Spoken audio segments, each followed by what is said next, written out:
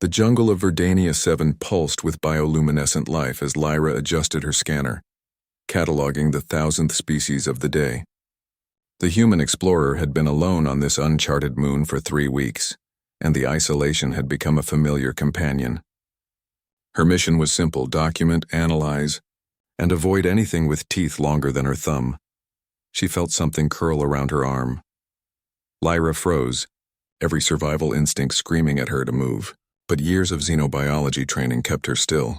Slowly she turned her head, expecting to find one of the local serpent vines or perhaps a curious tree dweller.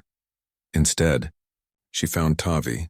The creature was no larger than a house cat, though its physiology suggested it would grow to the size of a ground transport. 6 legs, each ending in retractable claws that could shred durasteel, a double-hinged jaw filled with needle-like teeth, armored scales that shimmered like oil on water, and a tail, currently wrapped loosely around Lyra's forearm, that ended in a crystalline barb capable of injecting enough neurotoxin to drop a bull elephant. The predator cub had fallen asleep, mid-ascent. Lyra's breath caught in her throat. Her arm, extended to collect a leaf sample, had apparently become the perfect resting spot. Tavi's tiny chest rose and fell with peaceful breaths, a soft purring sound emanating from somewhere deep within its thorax. One of its paws twitched, claws extending and retracting in what might have been a dream. This was a Verdanian apex hunter. Adult specimens had been observed taking down prey 3 times their size with ruthless efficiency. The expedition briefing had been explicit: avoid at all costs. Do not engage, do not approach. If encountered, retreat immediately and activate emergency beacon. But the briefing hadn't mentioned what to do when one of their cubs decided your arm was an excellent pillow.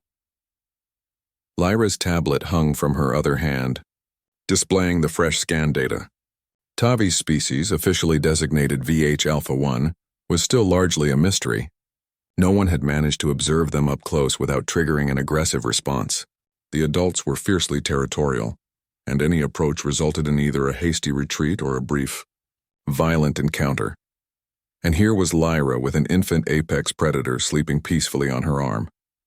The scientific opportunity was staggering. Every second of observation could yield data that would take years to gather through remote surveillance.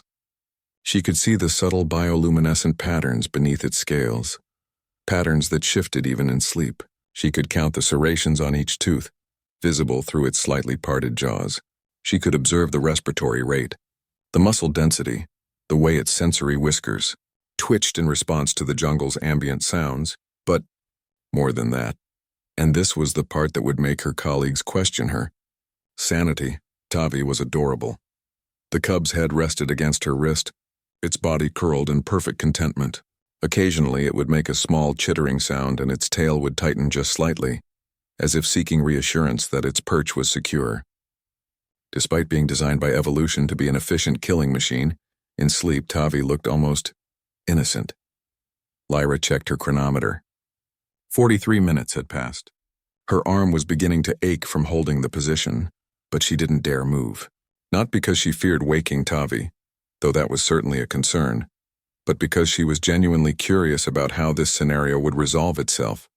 Humans, she reflected, had a peculiar relationship with predators. On Earth, her ancestors had domesticated wolves, animals that could tear out a human throat with ease. They'd kept big cats as companions despite being outmatched in speed, strength, and natural weaponry. Humanity's response to deadly creatures had never been simple fear or avoidance. It was complex, tinged with admiration, curiosity, and an inexplicable urge to reach out.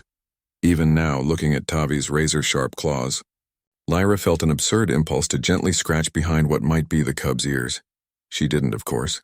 She wasn't that reckless. The jungle sound shifted. Lyra's enhanced hearing picked up something moving through the underbrush, something large.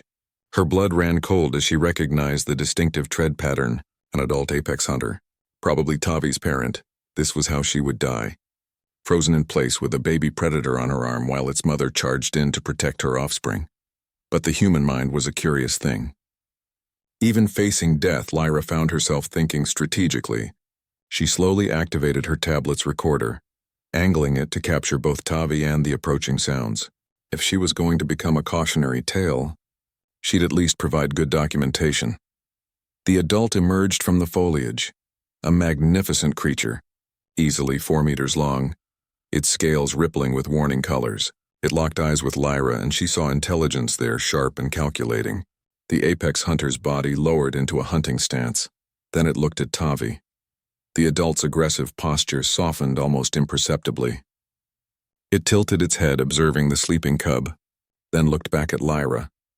The human could swear she saw something like exasperation in those alien eyes, a universal parental expression that transcended species. Of course my child fell asleep on the strange alien. Lyra remained perfectly still, barely breathing. The adult approached slowly, cautiously, watching for any sign of threat. When it reached them, it gently nuzzled Tavi with its snout. The cub stirred, yawned widely, displaying that terrifying mouth in full, and blinked sleepily. Tavi looked at Lyra, then at its parent, then back at Lyra, as if confused about when this particular climbing tree had sprouted. With careful movements, the adult used its tail to unwrap Tavi from Lyra's arm. The cub protested with small squeaks but allowed itself to be transferred. The parent gave Lyra one final, appraising look, a look that seemed to convey both warning and grudging respect, before carrying Tavi back into the jungle. Lyra waited 5 full minutes before allowing herself to collapse to the ground. Her arm tingling with returning blood flow, she laughed, a slightly hysterical sound that echoed through the bioluminescent trees. She'd just had a peaceful encounter with one of the galaxy's most dangerous predators. She'd served as a naptime perch for an apex predator cub and lived to tell about it. The other species in the galactic community kept their distance from dangerous fauna, observed from safety, and treated every encounter as a potential threat. They found humans' tendency to approach, to attempt understanding, to seek connection with even the deadliest creatures to be utterly baffling and more than a little insane. But as Lyra reviewed the footage, Tavi's peaceful sleep, the parent's careful retrieval, the moment of interspecies understanding, she smiled. Humanity had always been the species that looked at predators and thought, I wonder if we could be friends. It was foolish, certainly. Reckless, absolutely. But it was also uniquely human, this desire to reach across the gap between species, to find common ground even with those designed to be our natural enemies. Lyra stood, gathered her equipment, and continued her survey. Somewhere in the jungle behind her, she could hear Tavi's chittering as it complained to its parent about being woken from such a comfortable nap. Yes, she thought, humanity, fuck yeah, indeed.